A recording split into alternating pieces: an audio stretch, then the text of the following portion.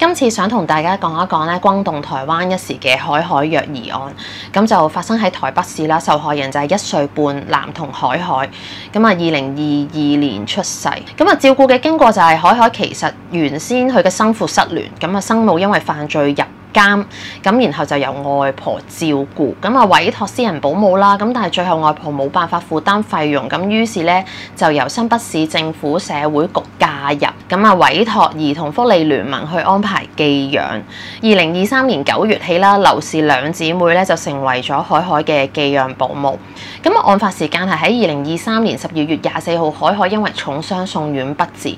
2024年初咧就由殯葬業者揭露啦，引起咗社會嘅關注。檢方起訴指出咧，就係劉氏姊妹因不滿海海哭鬧啊，咁啊涉嫌長期虐待、毆打啦、踢啦，將佢撞牆導致頭骨尾椎受損啦，咁連牙齒都係斷裂咗啦，指甲被拔，有捆綁身體啦，造成咗四肢變形，餵食廚餘或者潲水啦，咁啊最後咧令到咧海海感染肺炎，咁啊加上咧身上面咧滿佈住一啲新舊嘅傷痕，因為延誤送醫同埋長期患病，導致皮下組織壞死、休克死亡。咁案件曝光之後咧，其實全台灣嘅人都非常之憤怒啦，有集會嘅。咁喺網上面咧，亦都發起聯署啦。咁啊，希望劉氏兩姊妹咧係被判死刑。坊間嘅聲音都有講話，促使政府檢討兒童嘅福利、社工制度同埋寄養監督嘅機制。咁啊，呼籲修法加重咧虐童嘅刑責。咁啊，部分輿論亦都指向咗相關嘅單位啊，認為呢一件事睇得出呢個監督係失靈咗。咁最後家姐就承認咗控罪啦，就係被判無期徒刑。細妹咧就係認過失傷害罪，咁啊被判咧18年嘅，咁成為台灣史上面虐兒個案判刑最重嘅個案。咁呢一件事咧令我諗翻起香港1986年嘅郭亞女事件。咁呢一件事咧我冇好深嘅感受啦，因為我當陣時都真係好細嘅。咁但係都有聽翻即係老一輩啲人講到。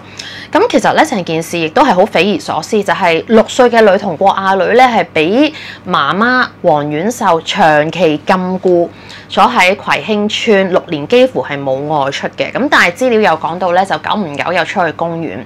咁然後就話係懷疑母親精神有問題。咁成件事最爭議嘅地方咧，就係1986年5月9號當陣時，社會福利署時任處長陳方安生授權之下咧，就係依據保護婦女及少年條例，咁啊工作人員咧強行進入單位，將女童同埋母親分離。咁呢一件事咧，亦都係引發社會好大嘅輿論同埋爭議。例如話媒體同埋公眾都會批評社署行動過於強硬，質疑強行分離嘅必要同埋咧個程序係唔係正當。咁其實都揾翻當陣時嘅立法局文件啦，亦都有強調到其實有5次試圖進入該單位，但係唔成功。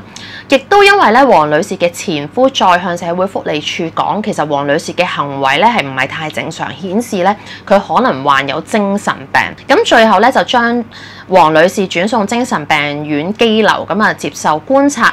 黃女士咧進入咗葵涌醫院接受檢查，係證實患有精神病。咁去到入院第2日咧，咁佢就同意自願接受治療。咁社署因為呢一件案，亦都設立緊急個案社工隊同埋心理專家支援措施。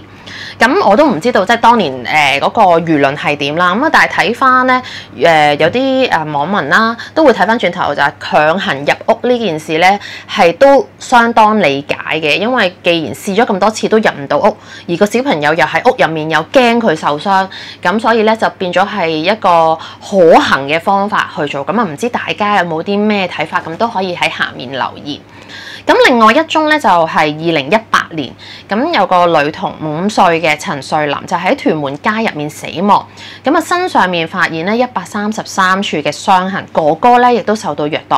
施虐者咧就係父親陳海平同埋繼母黃曉彤，長期毆打啦、飢餓導致女童營養不良同埋有壞血病，傷痕包括係瘀傷、燒傷、骨折。同埋有細菌嘅感染。咁幼稚園嘅工作人員曾經都發現傷痕，但係咧就未能夠有效上報啦，錯失咗救援嘅機會。咁啊，陳瑞琳嘅呢一個虐兒個案被稱為香港史上最嚴重嘅虐兒案啦。咁啊，大家都促使政府檢討兒童保護機制。當時有團體指出啦，其實幼稚園缺課30日先上報咧，其實係有個極大嘅漏洞，倡議缺課7日就要上報啦。咁啊，直頭咧係同中小學缺課嘅機制睇齊。咁然後咧都修改咗，同時不論有否缺課啦，若學校人員喺學童身上面發現傷痕或者受虐嘅情況咧，應該根據社署處理虐待兒童個案程序指引處理。除咗要向教育局通報之外啦，都要向社署或者係警方咧尋求協助。咁啊，新措施咧亦都於同年2018年3月15號生效嘅。其實去到2025年仲有虐兒個案咧，真係令人感到非常之惋惜啦，同埋心痛嘅。咁啊，希望每一次嘅虐兒個案之後都會有相當認真具體嘅檢討，咁啊預防咧再有類似嘅個案發生。咁今集講到嚟呢度先，咁我哋下次再見啦，拜拜。